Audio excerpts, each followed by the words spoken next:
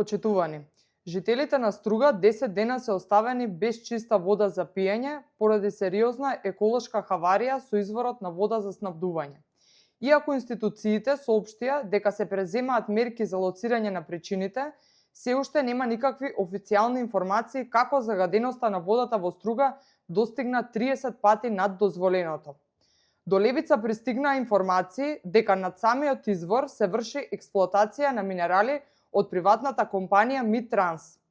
Дали активностите преземени при експлоатација довеле до екстремно загадување е прашање на кое што треба што побрзо да одговорат надлежните институции.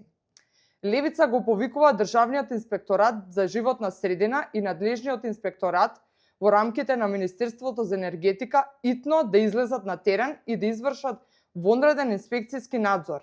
Надлежните институции мора да дадат одговор дали несоодветната експлоатација на минерали во самите извори ја предизвикало оваа хаварија и дали несоодветно е издадена дозвола за експлоатација.